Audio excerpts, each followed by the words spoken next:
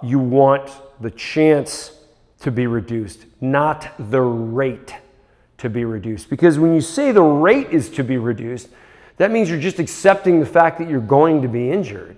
Wow, that's a really bad attitude to have, because some of the training injuries you can have when lifting heavy, like, let's talk about chest press. You can tear a pec. It'll never look right, ever, for the rest of your life, depending on how big the tear is. Like, is that really worth rolling the dice over? I don't think it is. If you're gonna train with high intensity, you always want the strategy that is gonna give you the most force through the muscle and the least chance of injury.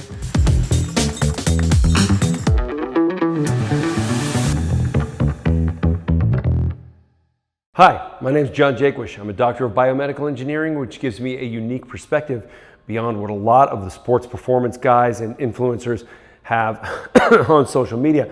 Today, I want to talk about a really strange subject. I've been coming across a couple of videos, and I don't like making fun of people or calling people out, because I think when somebody's wrong, they were probably just given the wrong information. So I don't want to make fun of people. So that's why I don't have an example video for this.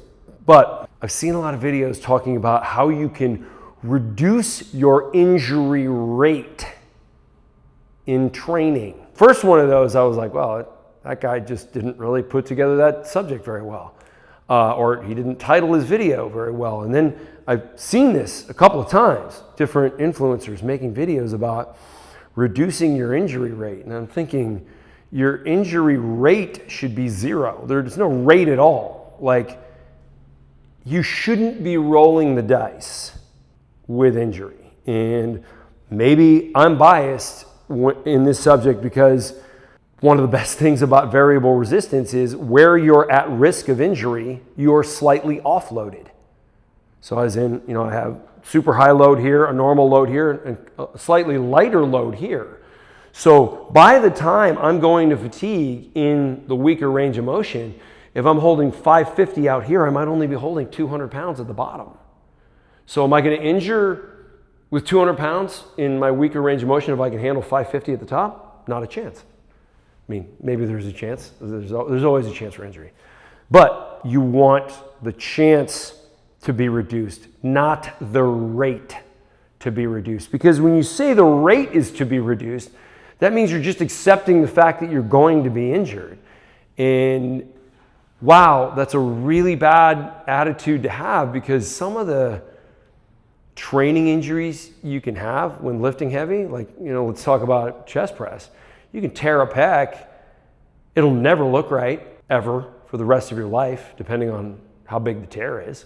Like, is that really worth rolling the dice over? I don't think it is. I mean, hey, the punchline isn't necessarily you have to train with variable resistance, but if you're going to train with high intensity, you always want the strategy that is going to give you the most force through the muscle and the least chance of injury. There's other approaches, and also, like, if you want to use variable resistance but don't want to use X3, you can set up banding in a regular power rack, and you can look at the old Westside Barbell videos for just some guide on that. But ultimately, don't ever accept the idea that you're just going to get injured.